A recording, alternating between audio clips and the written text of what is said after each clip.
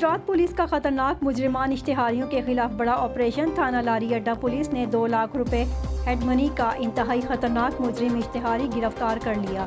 तफसीलात के मुताबिक DPO उमर सलामत की ज़ेर क़ियादत गुजरात पुलिस की ज़िला भर में खतरनाक मुजरिमान इश्तिहारियों के खिलाफ ग्रैंड ऑपरेशन जारी है।